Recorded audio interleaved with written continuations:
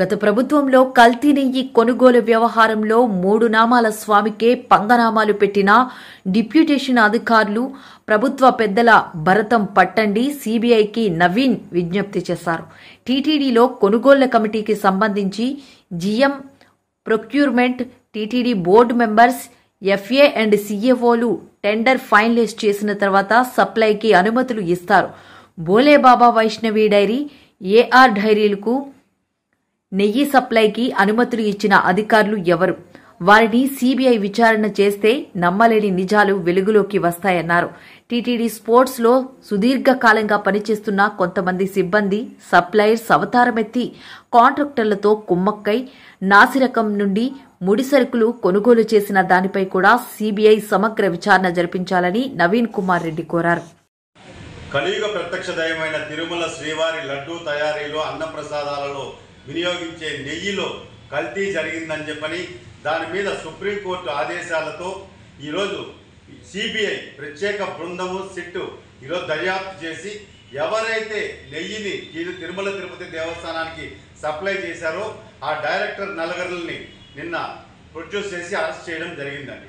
నేను ఒకటే విజ్ఞప్తి చేస్తున్నా, అసలు ఇంటి దొంగల్ని ఈశ్వరుడైనా పట్టలేడంటారు.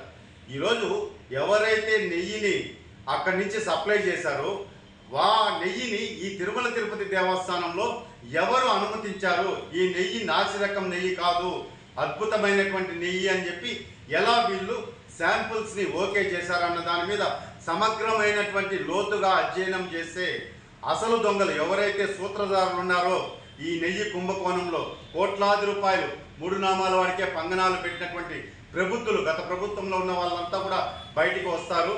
దీనిలో ప్రధానంగా మనం చూడాల్సింది అక్కడ పనిచేస్తున్నటువంటి సిబ్బంది సుదీర్ఘకాలంగా పనిచేస్తూ వాళ్ళే ఈరోజు సప్లయర్ల అవతారం ఎత్తారండి. దాని మీద విచారణ ప్రారంభించండి. అదేవిధంగా జీఎం ప్రొక్యూర్మెంట్, తిరుమల తిరుపతి దేవస్థానం ఏ ముడి సరుకులు కొనాలంటే GM procurement tenders call far చేస్తారండి. ఆ తర్వాత బోర్డు మెంబర్స్ కూడా దీనిలో కమిటీలో ఉంటారు. వీళ్ళతో పాటు ఎవరైతే టీటీడీ ప్రధాన గణాంకాధికారి ఎఫ్ఏ అండ్ సిఏఓ కూడా ఒక మెంబర్గా ఉంటారు. వీళ్ళందరూ కూడా ఆ కొటేషన్స్ పరిశీలించి ఎవరైతే టెండర్లు వేస్తారో నెయ్యికి, అదేవిధంగా ముడిసరుకి ఆ కొటేషన్స్ అన్నీ పరిశీలించి ఎవరైతే లోయెస్ట్ చేస్తారో వాటిని ఫైనలైజ్ చేసి వాళ్ళకి సప్లై చేయమని చెప్పి ఇస్తారండి. సప్లై చేసే ముందు తిరుమల కొండపైన ఉన్నటువంటి ల్యాబ్కి టెస్టింగ్కి పంపిస్తారు శాంపుల్స్కి. ఆ శాంపుల్స్లో కూడా ఏదైతే మనకు రోజు వస్తూ ఉండే నెయ్యితో పాటు గతంలో ఉన్నటువంటి 4 శాంపుల్ని కూడా కలిపి, ఎందుకంటే పైన ల్యాబ్లో కూడా ఈరోజు వచ్చిందని వాళ్ళకు కూడా తెలియకూడదని చెప్పి ఈ విధంగా ఒక 5 రకాల శాంపుల్స్ పంపించి దాని ఆధారంగా వీళ్ళు అలో చేసేదండి. మరి ట్యాంకర్స్కి ఒక కోడ్ కూడా ఇస్తారండి. ఆ నెయ్యికి ఒక కోడ్ ఇచ్చి ఆ కోడ్ని కొండపైకి పంపిస్తారు. మరి హెల్త్ ఆఫీసరు అదేవిధంగా ల్యాబ్ ఇన్ఛార్జ్ ఉంటారు. వీళ్ళు కీలక పాత్ర పోషిస్తారు. దాన్ని నాసిరకమా లేదా నాణ్యత ఉందా అని చెప్పి. మరి వీళ్ళ ప్రమేయం ఎంతవరకు ఉంది ఈ నెయ్యి కల్తీలో అన్న దాని మీద కూడా ఆలోచన చేయాలని చెప్పి నేను విజ్ఞప్తి చేస్తున్నాను. శాంపుల్ కలెక్ట్ చేయడానికి, అదేవిధంగా ఏదైతే మనం సప్లై చేసినటువంటి కాంట్రాక్టులు ఇక్కడ గోడౌన్ ఉందో అక్కడ ప్రతిరోజు కూడా ఒక అసిస్టెంట్ ఎగ్జిక్యూటివ్ ఆఫీసర్, ఒక డిప్యూటీ ఎగ్జిక్యూటివ్ ఇంజనీర్ని డిప్యుటేషన్ వేస్తారు టీటీడీ వాళ్ళు. అక్కడ పోయి ఏ శాంపుల్ అన్నా తీసేటప్పుడు వీళ్ళు సమక్షంలో తీయాలి. వీళ్ళతో పాటు కీలకమైనటువంటి విజిలెన్స్ అధికారులు కూడా ఆ రోజు శాంపుల్స్ తీసేటప్పుడు ప్రతిరోజు కూడా ఉంటారండి. ఇంతమంది ప్రమేయమై ఉన్నప్పుడు నెయ్యి కల్తీ జరిగింది, కల్తీ సప్లై చేశారు కాబట్టి వాళ్ళని అరెస్ట్ చేశారు.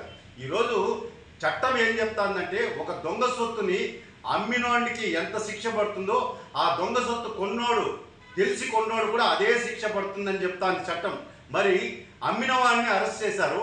కొనుగోలు చేసినటువంటి ఎవరైతే సూత్రధారులు ఉన్నారో లోపాయకారి ఒప్పందం కుదుర్చుకొని వాళ్ళ మీద ఎటువంటి చర్యలు తీసుకుంటారు అని భక్తులంతా కూడా టీటీడీ వైపు, రాష్ట్ర ప్రభుత్వం వైపు చూస్తున్నారు. కాబట్టి ఈ పాపాన్ని గత పాలకులు చేశారు కాబట్టి వాళ్ళని తప్పించే ప్రయత్నం ఎటువంటి పరిస్థితుల్లో జరగకూడదని భక్తులంతా కోరుకుంటున్నారు. కాబట్టి నేను విజ్ఞప్తి చేస్తున్నా, ఎవరైతే వీళ్ళందరి ప్రమేయం ఉందో టీటీడీలో వీళ్ళందరినీ కూడా విచారించి వాళ్ళతో పాటు డైరెక్టర్లతో పాటు ఎవరైతే అమ్మిన వాళ్ళు ఉన్నారో వాళ్ళతో పాటు కొనుగోలు చేసినటువంటి అప్పుడున్నటువంటి కీలకమైనటువంటి వ్యక్తి తిరుమల అధికార లేదా బోర్డు మెంబర్ల కమిటీలో ఉన్న వాళ్ళ వీళ్ళందరి మీద కూడా సమగ్రమైనటువంటి దర్యాప్తు జరిగితే నమ్మలేని నిజాలు, కోట్లాది రూపాయల కుంభకోణాలు వెలుగులోకి వస్తాయని, అలా కఠినమైనటువంటి ఆలోచనతో మీరు ఈరోజు సమగ్రమైనటువంటి దర్యాప్తు టీటీడీ అధికారుల మీద కూడా చేయాలని చెప్పి నేను ఒక శ్రీవారి భక్తుడిగా విజ్ఞప్తి చేస్తున్నానండి.